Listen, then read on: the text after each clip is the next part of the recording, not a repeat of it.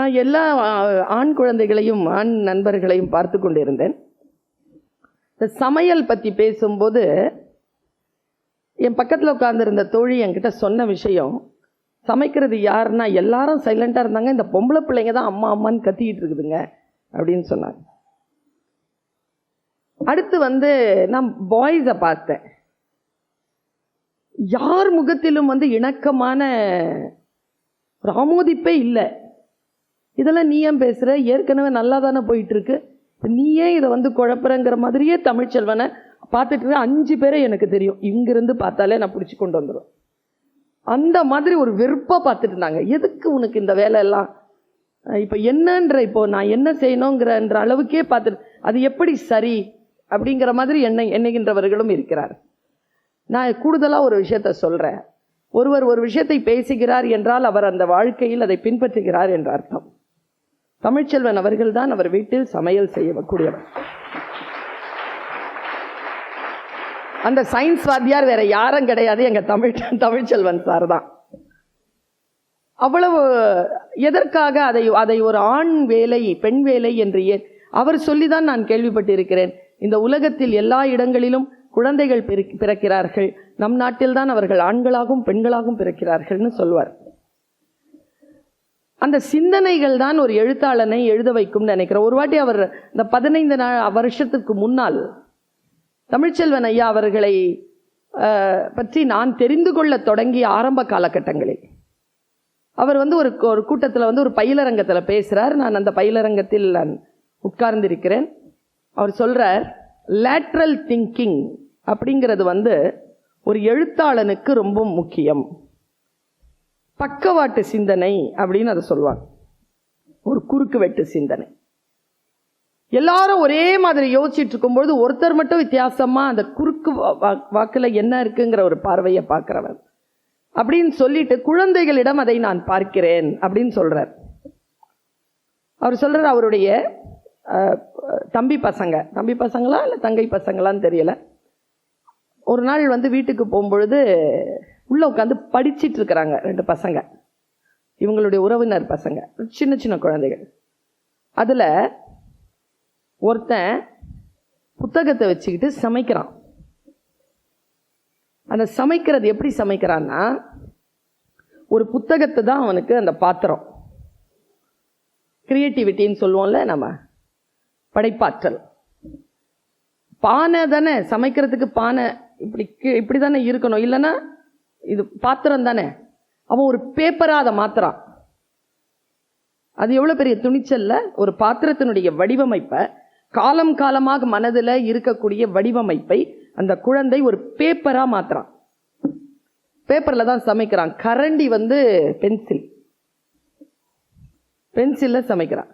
அப்படி அது எழுதல, சும்மா அவன் சமைக்கிறான். பொங்கல் சமைக்கிறான், வெஞ்சனங்கள்லாம் வைக்கிறான், ரசம் சமைக்கிறான், எல்லாத்தையும் சமைக்கிறான். சமைச்சு முடிச்சிட்ட உடனே இவர் குரல் கொடுக்குறான், பெரியப்பா சாப்பிடவான்னு. இவர் போய் உட்கார்றாரு. ரஃப் நோட்டை தூக்கி அவர் முன்னால போடுறான். அதான் இலை. முன்னால சமைச்ச அந்த புக்கை வச்சுக்கிட்டு அவன் எடுத்து சாப்பாடு போட்டான். சார் எப்போ எழுந்து நின்று அந்த குழந்தை கட்டி அணைச்சிக்கிட்டாரான். எப்போனா அந்த குழந்தை சாப்பாடு போடும் பொழுது சோறு போட்டுட்டு பக்கத்தை திருப்பிச்சான் சாம்பார் போடுறதுக்கு. அங்க அந்த குழந்தையினுடைய கிரியேட்டிவிட்டியை நான் பார்த்தேன் அப்படின்னு பேசுறார். ஒரு 3 வயது குழந்தை, ஒரு 4 வயது குழந்தைக்கு இவ்வளவு ஷார்ப்பா இருக்கு மனசுன்னு அவர் படைப்பாக்கத்தை பற்றி பேசுகிறார். பாரதியின் பிறந்தநாள். நாங்கள் பாரதியார் பற்றி பேசினோம், பெரியாரை பற்றி பேசுகிறோம், பெரிய பெரிய ஜாம்பவான்கள் எழுத்தாளர்கள் பற்றி பேசுகிறோம். நான் சமீபமாக புதுமைப்பித்தனுடைய கதையை மறுபடியும் வாசிக்க தொடங்கி இருக்கிறேன். மீண்டும் மீண்டுமாய் அதை வாசித்து பார்க்கின்ற பொழுது வயதிற்கு ஏற்ற வகையிலே புரிதலும் ரசனையும் எனக்குள்ளேயே மாறுபடுகிறது. ஒரு வயதில் உங்களுக்கு சரி என்று படுவது இன்னொரு வயதிலே அது தவறு என்று படும். ஆனால் அந்த கால எல்லையை எவ்வளவு சீக்கிரமாக நீங்கள் சுருக்கிக் கொள்கிறீர்களோ காலத்தில் அவ்வளவு சீக்கிரமாக நாம் வாழ்ந்து முடிக்கிறோம். புரிஞ்சுக்கிறதுக்கே 25 வருஷம் ஆயிடுச்சு சேரன் சாருக்கு. தான் எடுத்தது தானே மாற்றி சொல்வதற்கு 25 வருஷம் எடுத்துக்கிட்டாருன்னு அவர் சொன்னார். அப்படி இல்லாமல் அந்த ஃபயர் இருக்குல்ல, அது 17, 18, 19, 20 வயசுலயே வந்துருச்சுன்னு வச்சுக்கோங்களேன். இன்னொரு விஷயத்த நான் சொல்றேன், இந்த காலம் இருக்குல்ல, இந்த உலகம் இருக்குல்ல, இறை நம்பிக்கை கொண்டவர்கள் இறைவனை எங்கோ பார்க்கிறார்கள். ஆனால் உண்மையாகவே காலத்தை இயக்குகின்றவர்கள் மக்கள் தான். மக்கள் கையில தான் வரலாறு இருக்கு. அவர்கள் தான் வரலாற்றை முடிவு செய்கிறார்கள். யாரை ஞாபகம் வச்சுக்கணும், யாரை புறந்தள்ளணும்னு அவன் தான் முடிவு பண்றான்.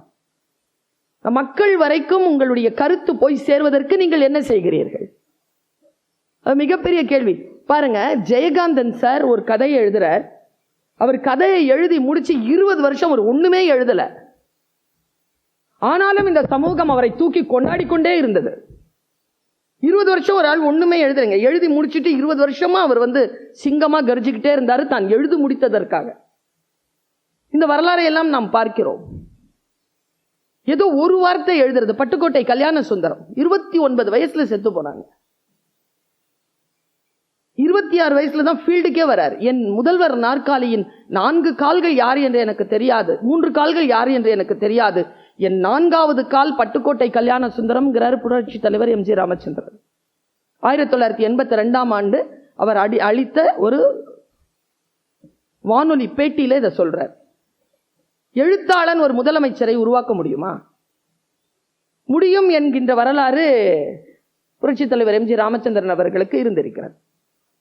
அப்படி என்றால் ஒரு எழுத்து ஒன்றும் இல்லை. அவர் எழுதின முதல் கவிதையை கேட்டு நான் மிரண்டு போனேன். உண்மையாவே அந்த ஆள் கம்யூனிஸ்ட். இன்னைக்கு நிறைய பேர் கம்யூனிஸ்ட் சொல்லிக்கிறாங்க. அந்த ஆள் உண்மையாவே கம்யூனிஸ்டாவே வாழ்ந்திருக்கிறான். அந்த வாழ்க்கையினுடைய தகுதிப்பாடுக்கு முழுமையான கம்யூனிஸ்ட் அந்த பட்டுக்கோட்டை கல்யாண சுந்தரம். கண்ணதாசனை தூக்கி பிடிக்கிற அளவுக்கு நம்ம பட்டுக்கோட்டையை தூக்கி பிடிக்கலையோங்கிற ஒரு வருத்தம் எனக்கு பலகாலம் உண்டு. பொதுஜனத்துல சில இயக்கங்கள் தூக்கி பிடிச்சிட்டு இருக்கு, பொதுஜனம் இயக்கி தூக்கி பிடிக்கலாம். அவன் எழுதின முதல் பாட்டு என்ன தெரியுமா? அப்ப அவனுக்கு வயசு 15, உங்களை விட ஒரு 5 வயசு சின்ன பிள்ளை. கெண்டை குஞ்சே கெண்டை குஞ்சே, கரை ஓரத்தில் மேயாதே கெண்டை குஞ்சே, தூண்டில் காரன் வரும் நேரமாச்சி, ரொம்ப துள்ளி குதிக்காதே கெண்டை குஞ்சே. 15 வயசுல எழுதுறான். நீங்க ரொம்ப ஆழமா யோசிச்சு பாருங்க. அதற்குள்ளாகத்தான் கம்யூனிசம் அடங்கி கிடக்க. அவன் தன்னுடைய வாழ்க்கையை எப்படி ஒரு கவிஞன் வாழ்ந்திருக்கிறான். பாரதியார் எப்படி பாரதிதாசனார் எப்படி வாழ்ந்திருக்கிறார். புதுமை பித்தனுடைய ஒரு கதையை நான் நேற்று படிச்சு மிரண்டு போன பிரின்சர். ஆண் பெண் 2 பேருக்கும் பொதுவானது உடல் நலம்.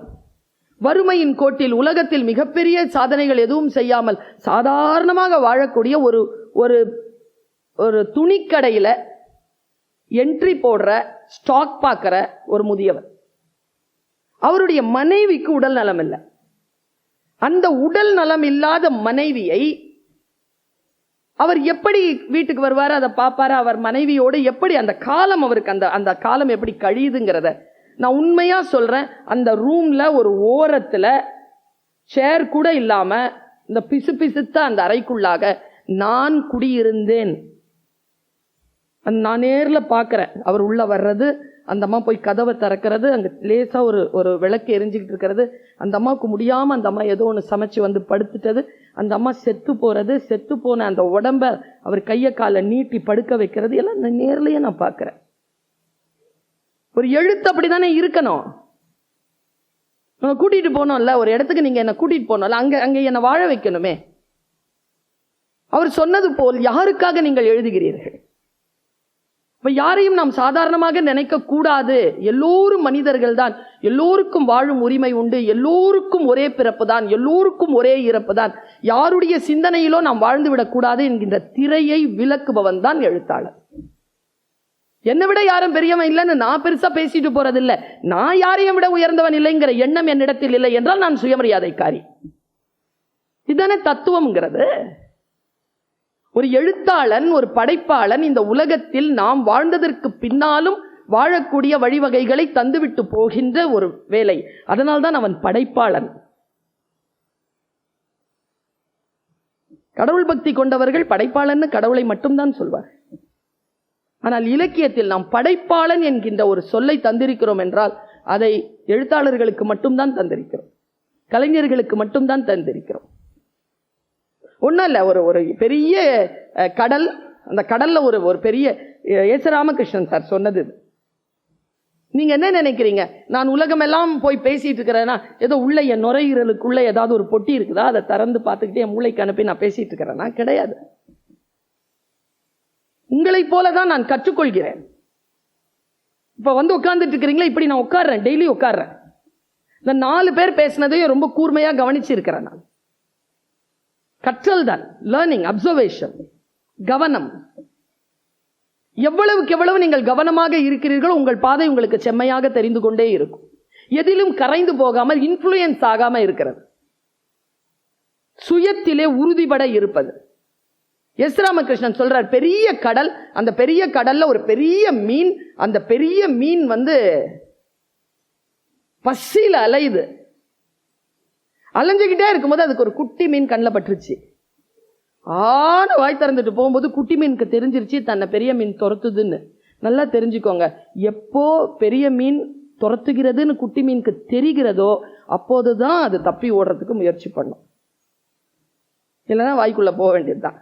தப்பி ஓடுது. பெரிய மீன் துரத்தி துரத்தி துரத்தி கொண்டு வந்து கடைசியா ஒரு பாறையில அந்த சின்ன மீன் முட்டை அப்படி நிக்குது முன்னால. அந்த டைம்ல அந்த சின்ன மீன் பேசிச்சான், இரு இரு கொஞ்சம் பேசிக்கலாம். ஒரு உடன்படிக்கை. சமாதானம் யார் பேசுகிறார்கள் தெரியுமா? அடி வாங்குறவன் தான் பேசுவான். ஒருபோதும் அடிப்பவன் சமாதான பேச்சுவார்த்தைக்கு வருவதே இல்லை. அடிக்கிறவன் தான் சமாதானத்தை கேட்கிறான். இரு இரு நான் பேசிக்கிறேன், 1 நிமிஷம். நான் இதை நிறுத்தி சொல்லுவேன். நம்ம சின்ன பிள்ளைங்களை அடிக்கும்போது சின்ன பிள்ளை சொல்லுவோம், பாப்பா ஒரு நிமிஷம் நான் சொல்றது கேளுங்க அப்படின்னு நிக்கோல்ல குழந்தை. ஒரு நிமிஷம் ஒரு அடிக்கிறதுக்கு முன்னால் அது அப்படி கதறும். இருப்ப நான் சொல்றதை கேட்டு அப்புறமா அடி, நில்லு நில்லு நில்லுன்னு சொல்லல, அப்படி நில்லுன்னு சொல்லுது அந்த குட்டி. நில்லுன்னு சொல்லிட்டு சொல்லிச்சான், சூப்பரா சொல்லி இருக்குது. 2 வார்த்தை தான் சொல்லிச்சு. நீ பெரிய மீன், பசி, என்ன சாப்பிட்டா உன் பசி தீராது, என் உயிர் போயிடும், என்ன நீ விட்டுறலாம்ல அப்படின்னு பெரிய மீன். அப்புறம் இல்ல நான் என்ன சாப்பிட்டேன்னா நீ பசிதான் போவாத, நீ ஏன் என்ன சாப்பிடுற, என்ன விட்டுட அப்படின்ன உடனே பெரிய மீன் இப்போ சொல்லிச்சான், ஓகே நீ சின்ன மீன், உன்னை சாப்பிட்டா என் பசி போவாது, நான் பெரிய மீன், என்ன சாப்பிட்டா உன் பசி போகுமா இல்லையா, இந்தா சாப்பிடு, சாப்பிடலன்னு வச்சுக்க உன்னை சாப்பிட்டுருவேன்ச்சான். தன் முன்னால் இப்படி அகங்காரமாக வாய் திறந்து என்னை தின்னு என்று சொல்லுகின்ற பெரிய மீனை தின்ன முடியாமலும் தன் உயிரை அதற்கு கொடுக்க முடியாமலும் அந்த தவித்து நிற்கக்கூடிய அந்த சின்ன மீனுக்காக யார் ஒருவன் எழுதுகோலை உயர்த்துகிறானோ அவன்தான் படைப்பாளன். நம்முடைய வாழ்க்கையில் நமக்கு வாய்ப்புகள் கிடைக்கின்ற பொழுது அதை பயன்படுத்திக் கொள்ளுங்க. நான் படைப்பாளனுங்கிறதுனால, படைப்பு எனக்கு பிடிக்கும் என்பதனால் நான் இதுவரைக்கும் எதையும், நான் மனதால் நிறைய விஷயங்கள் எழுதி வைத்திருக்கிறேன். என் வீடுகளில் என்னுடைய டைரிகளில் நிறைய எழுத்துக்கள் கிடக்கின்றன. அதை நான் இன்னும் எழுத்து வடிவத்தில் கொண்டு வந்ததில்லை, ஆய்வுகளை மட்டுமே கொண்டு வந்திருக்கிறேன். என் சிந்தனைகள் வார்த்தைகளால் ஆனவை. அந்த வார்த்தைகள் ஒலிகளாக நான் என் 30 ஆண்டு காலமாக வெளிப்படுத்தி விட்டேன். நான் படைப்பாளன் அப்படின்ன உடனே என் ஆழ் மனசுல ஒரு சின்ன அதிர்வு நடக்கும். ஏன்னா என்னுடைய அப்பா, என்னை பெத்த என் தகப்பனார் ஒரு உண்மையான கவிஞர், சும்மா பேருக்கான கவிஞன் இல்லை. சாகும் போது கவிதை சொன்னார்னா பாரு, அப்ப உண்மையானவர் தானே. சாக போறாருங்க, 80 வயசு, கண்ணு இப்படியே ஓடிக்கிட்டு இருக்க, நிக்குது. கண்ணு நிற்கும் போது அந்த ஆள் வந்து கவிதை சொன்னார் என்கிட்ட. அப்போ எனக்கு தெரியும் அது படைப்புனா என்னன்னு தெரியும். ஆனால் இந்த பொதுவில் நான் சொல்லுகிறேன், நமக்கு சரியான அங்கீகாரம் கிடைப்பதில்லை. ஜாதி, மதம், நிறைய டைம்ல ஜெண்டர் எல்லாம் காரணமா இருக்கு. இந்த காரணங்களால் பல்வேறு எழுத்தாளர்கள் இன்னும் அடையாளம் காணப்படாமல் புத்தகங்களை சுமந்தபடி அவர்கள் இருக்கிறார்கள். அதற்கு ஒரு எலிவேஷன் தேவைப்படுது. என்னை பல சிறுகதைகள் என்னை கவர்ந்திருக்கின்றன. ஒரு 100 சிறுகதைகளை என்னால் சொல்லிவிட முடியும். என் மனசில் படிப்புக்குன்னு சொல்லிட்டு சில கதைகள் இருக்கு, பரப்புறத்துக்குன்னு சில கதைகள் இருக்கு. படிக்கிற கதையெல்லாம் பரப்ப முடியாது. பரப்புறதுக்குன்னு கதை இருக்குல்ல, அந்த கதைகளை சொல்வதற்கு இன்றைக்கு ஆள் இல்லை. நமக்கு என்ன ரொம்ப பிடிக்குதோ அதை பரப்பி விட்டுறாங்க. அது கிடையாது. ரோஜா அத்தர்னு ஒரு கதை, ஐயா படிச்சிருக்கீங்களான்னு தெரியல, தமிழ்ச்செல்வன் ஐயா இங்க யாராவது படிச்சிருக்கீங்களான்னு தெரியல. ரோஜா அத்தர்னு ஒரு கதை. அந்த கதை ஒரு மொழிபெயர்ப்பு கதை. அது தெலுங்குல இருந்து வந்திருக்கு. சாகித்ய அகாடமி விருது பெற்ற கதை தொகுப்பில் அது இருக்கு. அதை நாங்கள் film technology, Sivaji Ganesan film technology பிள்ளைகளுக்கு கதை சொல்லுதலும் காட்சிப்படுத்தலும் என்கின்ற அந்த பாடத்திற்கு நாங்கள் சிலபஸா வச்சோம், பாடத்திட்டமாக அதை வச்சோம். ஞானராஜசேகரன் ஐயாவும் நானும் இணைந்து அதை வைத்தோம். அந்த ரோஜா அத்தர் அப்படிங்கிற ஒரு கதை இருக்குல்ல, அது ரொம்ப பெரிய கதை, அவ்வளவு சொல்லுவதற்கு இல்லை. குறிப்பா ஒரே ஒரு விஷயம் சொல்றேன். உங்க எல்லாருக்குமே இந்த 3 நாட்களில் உங்களுக்கு என்று ஒரு தனித்துவம் உண்டு. அதை கலவரப்படுத்திக் கொள்ளாதீர்கள், அதை டைலூட் பண்ணிக்காதீங்க. அந்த அமிலத்தை, அந்த கான்சென்ட்ரேஷன் சொல்லுவோம்ல, அதான் அமிலம். அந்த கான்சென்ட்ரேஷனை உள்ளுக்குள் நெருப்பாக பொத்தி வையுங்கள். ரோஜா அத்தர் அப்படிங்கிற ஒரு கதை. ஒரு மிகப்பெரிய அத்தர் வியாபாரி. அந்த அத்தர் வியாபாரி ஈரான்ல இருந்து கிளம்பி வரான், டெல்லிக்கு வரான். ஈரான்ல இருந்து கிளம்பி வர்ற அந்த அத்தர் வியாபாரி கையில 3 அத்தர் பாட்டில்களை கொண்டிருக்கிறார். ஒன்று ரோஜா, இன்னொன்று மல்லிகை, இன்னொன்று சந்தனம். அவன் சொல்றான், ஒரு ரோஜா அத்தரின் 1 அவுன்ஸ் அத்தரை எடுப்பதற்கு 10 லட்சம் இதழ்களை பிழியணும். அப்போதான் அந்த 1 அவுன்ஸ் வரும் உங்களுக்கு. இந்த உலகத்திலேயே விலை உயர்ந்தது நீங்கள் வைரம் என்று நினைப்பீர்கள், கிடையாது. உலகத்தில் மிக உயர்ந்தது கார்னு நினைப்பீங்க, கிடையாது. இந்த உலகத்திலேயே மிக உயர்ந்ததான ஒரு பொருள் இருக்குன்னா அது வாசனை திரவியம். நீங்க அந்த வாசனை திரவியம் பக்கத்துல கூட நம்ம போயிருக்க மாட்டோம். 1 அவுன்ஸ் இருக்குல்ல, அது அவ்வளவு விலை. பல லட்சம் ரூபாய்க்கு 1 அவுன்ஸ் கிடைக்கும். அவன் இந்த 3ஐயும் 10 லட்சம் இதழ்களை நசுக்கி எடுத்துக்கொண்டு வந்த அந்த அத்தரை எடுத்துட்டு வரான். அவன்ல மிகப்பெரிய அத்தர் ரோஜா. அவன் நேரா வண்டியில ஒரு குதிரையில ஏறி வரான். வந்தா அவனை வரவேற்பதற்கு அவ்வளவு ஒன்றும் சூழல் சரியா இல்லை. இது நம்முடைய நாட்டில் இருப்பது போல்தான். பெரியவங்களை சந்திக்கணும்னா அவ்வளவு சீக்கிரம் உள்ள போயிட முடியாது, நிறைய வாசல்களை கடக்கணும். அப்படியான அவன் 2 வாசல்களை கடக்க வேண்டியிருக்கு.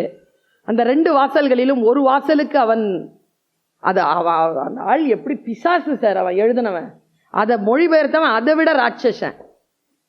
அதை கொண்டு அவன் அந்த பெரிய ஆஜானுபாகுவான ஒரு ஈரானியன் தலையில பெரிய அந்த பதாக, இது என்ன சொல்றது, அது டர்பன்லாம் வச்சுக்கிட்டு ஒரு 6 அடிக்கு பெரிய அங்கிய போட்டுக்கிட்டு அந்த ஷேர்வானியோட அப்படி நடந்து அவன் கால் மடக்கி உட்கார்ந்து அந்த தலையை வணங்கி அவன் இப்படி பண்ணி அந்த பேழையை எடுத்து அதிலிருந்து அந்த பட்டு துணியில வச்சு அவன் அப்படி ஆஃபர் பண்ணுவான்.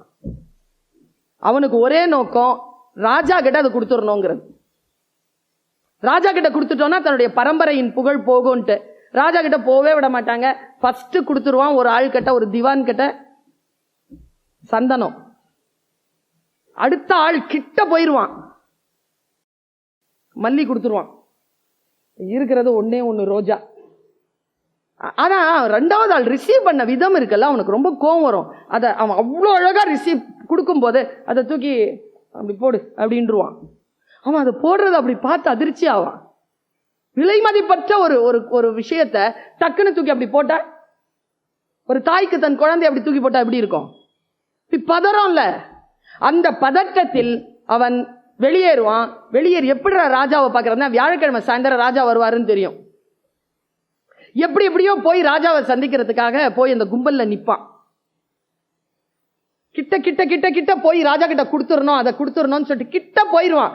ராஜா வருவாரு. ராஜா கிட்ட இவன் பாக்கெட்ல இருந்து எடுப்பான் பாருங்களேன், ஸ்லோ மிஷன்ல முடியுங்க அந்த கதை. அவன் அதை எடுத்து ராஜா கிட்ட குடுக்கறதுக்குள்ள அந்த குதிரை போயிடும்.